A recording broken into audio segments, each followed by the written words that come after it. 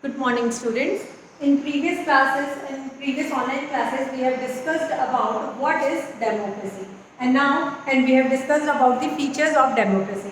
In this class, we are going to continue with why democracy. This is the topic. See, this is the whole chapter. What is democracy and why democracy? But in this class, we will going to discuss about why democracy. See, why democracy? It means arguments against democracy. Sometimes everything is having some merits and demerits. So arguments against the democracy means demerits. Demerits means what are the disadvantages of democracy. So let's get started. See, leaders keep changing in our democracy. See, leaders keep on changing. You have seen that after election, sometimes the BJP governments come, sometimes Congress government. So depends on the places or the city. So the leaders keeps on changing. Okay, it is for 5 years. See, leader has been elected for 5 years. So it keeps on changing. It brings instability in the democracy. See, what happens when instability comes? Like a leader is having some different plan, and the another party, when they enter, they have their own plans to implement. So it brings instability in the country. Okay, so it keeps on changing, like policies and plans which is going on, so it hampers that. The second is democracy. Political competition and power, no space for morality. See, democracy, political competition and power. Democracy means only, generally it is considered that it is competition and power. Everybody wants the power should come in their hand. Okay, everywhere there is continuously competition going on. Means that I want to win, I want to win, I want to win. It is like that. So political competition is there. Okay, no scope for morality.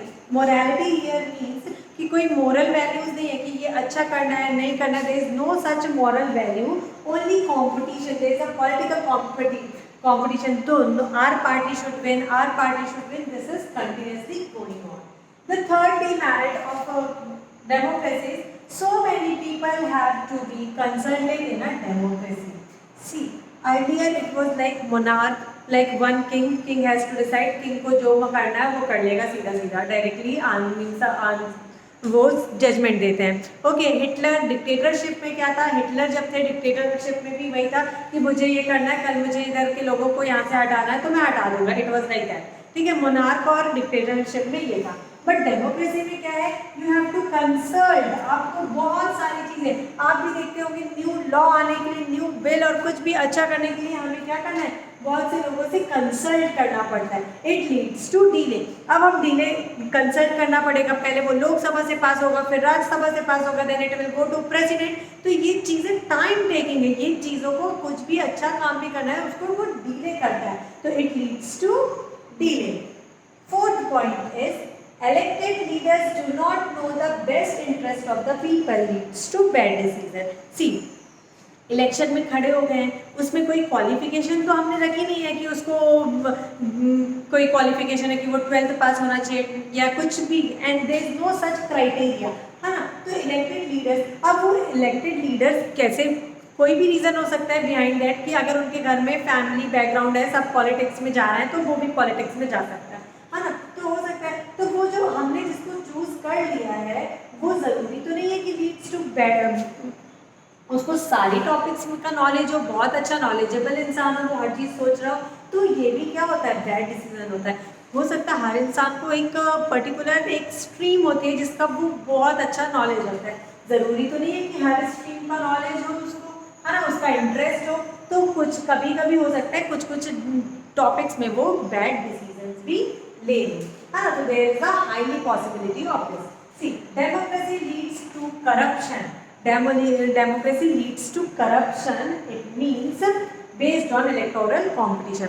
आपको पता है हमारे India में democratic country है, हम election करते हैं. Electoral competition, election जब आता है तो आप देखते होंगे कि कितना पैसा बहाया जाता है इलेक्शन के टाइम पे कि सिर्फ जीतना है. ये क्या है? Democracy leads to corruption. Corruption भी होता है कभी कभी. आपने देखा होगा बहुत ज़्यादा कि कंबल बांटे जा रहे हैं, राशन बांटा जा रहा है सिर्फ वो वोट्स लेने के लिए. और ये चीज़ें कभी कभी गलत काम के लिए भी यूज़ करते हैं. कभी कभी लोगों को गलत चीज़ें भी बांटी जाती है, नशे वाली चीज़ें भी बांटी जाती है, जिससे कि वो होश में नहीं रहे और वो सिर्फ उनको बोला जाए कि ये वाला प्रेस करना है बटन तो वो वही प्रेस करके आ जाए।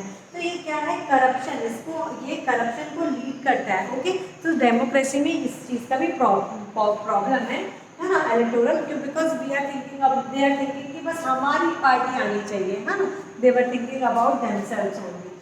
सी, ordinary people don't know what is good for them. See, we all are ordinary. हम यूनिवर्सल अडल्ट फ्रेंचाइजी, हम इसको फॉलो करते हैं कि after 18 you have right to vote, आपके पास 18 साल के ऊपर राइट टू वोट है।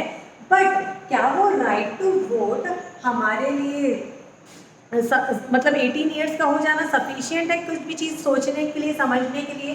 हर इंसान जो 18 साल से ऊपर है, क्या वो समझदार है इतना कि वो ये सोच सके कि ये जो भी इलेक्शन में खड़ा हुआ है हम उसको वोट दें, वो अच्छे से कर पाएगा कि नहीं? सी, जो पढ़े लिखे हैं दैट इज़ गुड, ओके, जिनको नॉलेज है दैट इज़ गुड, बट जिनको समझ नहीं है, किसी को नहीं है, बट वो अटेन कर लिए हैं 18 age, but they can they think about the future of our country?